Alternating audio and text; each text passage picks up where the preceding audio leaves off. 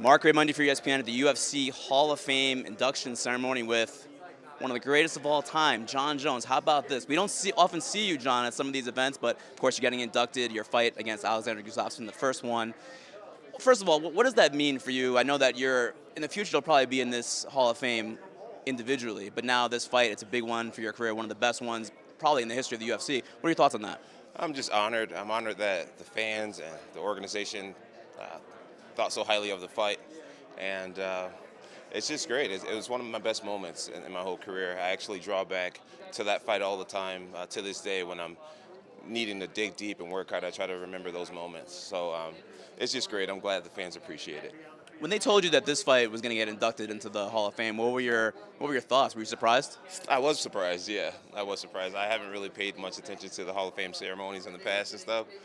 And I thought it was something that needed to happen when you retire. But I'm here today, and I'm just grateful. I'm grateful that the fans valued my hard work and the Gustafsson's hard work. And of course, you are not retired. You are still an active fighter. Far from retired. We haven't seen you for a little bit. What's been going on? Oh man, I've just been in the house, sleeping a lot, training a lot, hanging out with family and friends in Albuquerque, and just trying to enjoy life outside of being a pro athlete. You know, just getting back to Jonathan Jones instead of being Bones Jones, and it's been really nice. It's been really great. Just eating everything and getting lots of rest. Your advisor, Richard Schaefer, did an interview with Ariel Helwani this week, and he said that you're already 260 pounds. Is that accurate? 260? I'm 255 right now, yeah. 255, and you want to get to 275, he said. Is that true? I'd like to get up to 270 and cut down to 265, yeah. I just don't want to feel smaller than any of the guys. I want to be more conditioned, more skilled, and just as strong, if not the strongest guy. So this is a process, and I've spoken to you about this before, but this is a process that you're comfortable with taking as much time as you need.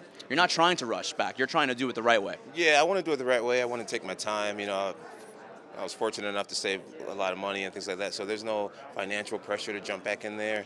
And I just feel like I want to give the fans like a really great product. I feel like a lot of the heavyweights or light heavyweights, sometimes they rush jumping weight classes, and I don't really feel like this is jumping one weight class. Going from light heavyweight to heavyweight is like jumping 3 weight classes, and I just want to do it right. So patience is a virtue, and that's what we're being. We're being patient. Any idea when you think you might fight next?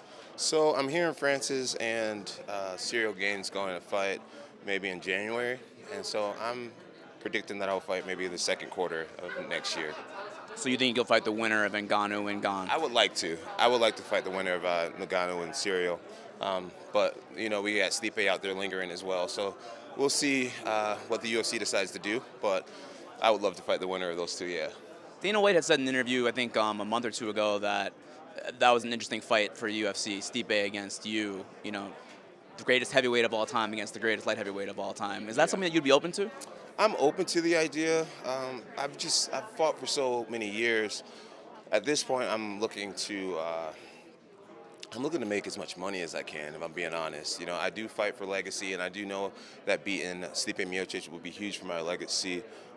But right now, he doesn't have the belt, and he's not the most famous heavyweight, and so I'm looking to just get mainstream America excited about MMA and the heavyweight division, and that's kind of where my heart is. I'm in that direction. Big mega fights.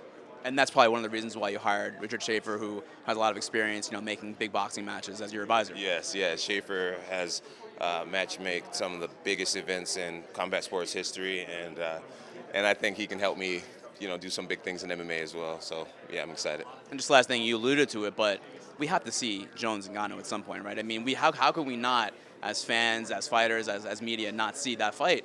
It's one of the biggest fights of all time. I think it would be a really exciting fight for sure. I think that personally, I feel like I've fought guys that are a lot tougher, a lot more skilled and versatile, better conditioned.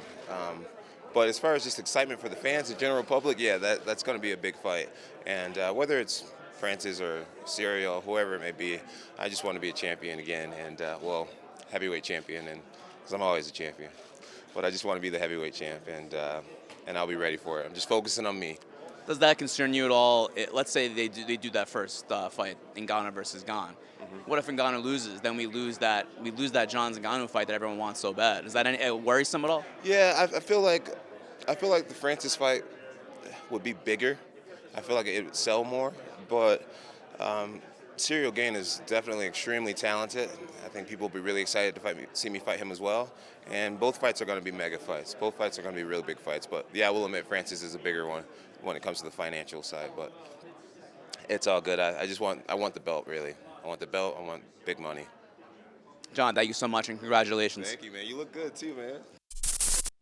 Thanks for watching ESPN on YouTube. For live streaming sports and premium content, subscribe to ESPN+.